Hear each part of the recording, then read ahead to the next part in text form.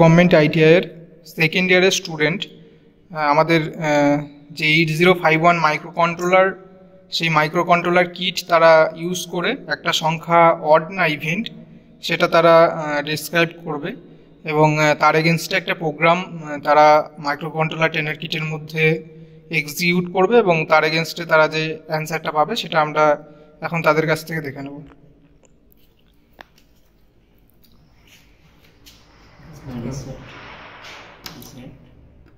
First exam memory, তারপরে একটা সংখ্যা দিয়ে করবো যেটা হচ্ছে 2000, address 2000,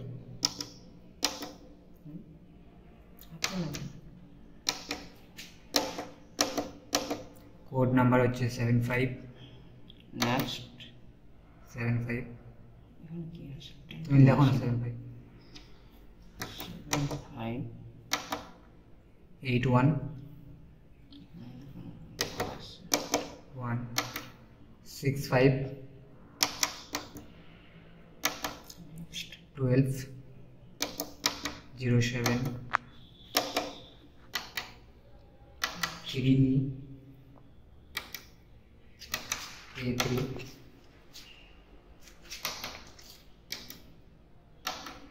E0 44 FE 4A FE 05 90 20 1A 80 03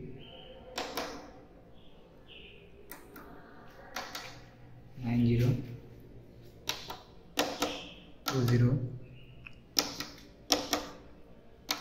আবার 20 12 06 7 E7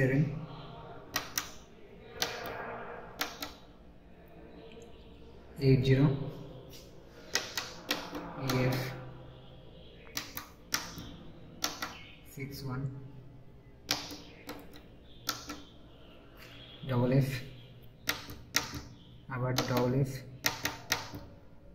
আবার double F আবার double F আবার double F 03 double F double F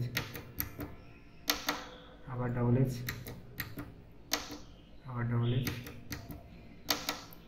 বেশ, ফার্স্ট আমরা এক্সাম মেমোরিতে গেলাম। এক্সাম মেমোরিতে যাওয়ার পরে আমরা 2000 থেকে প্রোগ্রাম শুরু করেছিলাম। এবার নেক্সট করতে করতে আমরা দেখে নিচ্ছি প্রোগ্রামটা ঠিক আছে কিনা। একদম এখানে 2025 অবধি আমাদের অ্যাড্রেস ছিল, সেই অ্যাড্রেস অবধি আমরা চেক করে নেবো যে প্রোগ্রামটা ঠিক আছে কিনা। বেশ, দেন আমরা কি করব, ফিল করব। ফিল করার পর আমরা হচ্ছে গো করব। গো করার পরে হচ্ছে আমরা অ্যাড্রেসটাকে বসাবো। 2000 থেকে অ্যাড্রেস শুরু হয়েছিল, দেন আবার আমরা ফিল করব। দেন এবার যেই নাম্বারটা আমরা চেক করতে চাইছি সেটা আমরা তার এগেনস্টে কি চেক করব, ধরো 9 একটা সংখ্যা আমরা চেক করছি 9, দেন আমরা আবার ফিল করব। আমাদের ও শো করছে, তার মানে সংখ্যাটি অড।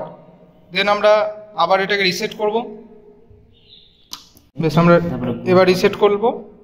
রিসেট করো। রিসেট করার পর আমরা গো করব।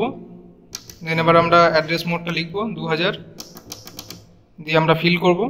ফিল করার পর এবার আমি আর একটা সংখ্যা চেক করে নিচ্ছি, 8 চেক করে নিই, দেন ই আসছে। আমরা এইভাবে চেক করতে পারলাম যে ও আসলে ওয়ার্ড হবে আর ই আসলে ইভেন্ট হবে। তাহলে আমাদের এই জবটা কমপ্লিট হয়ে গেল। ঠিক আছে।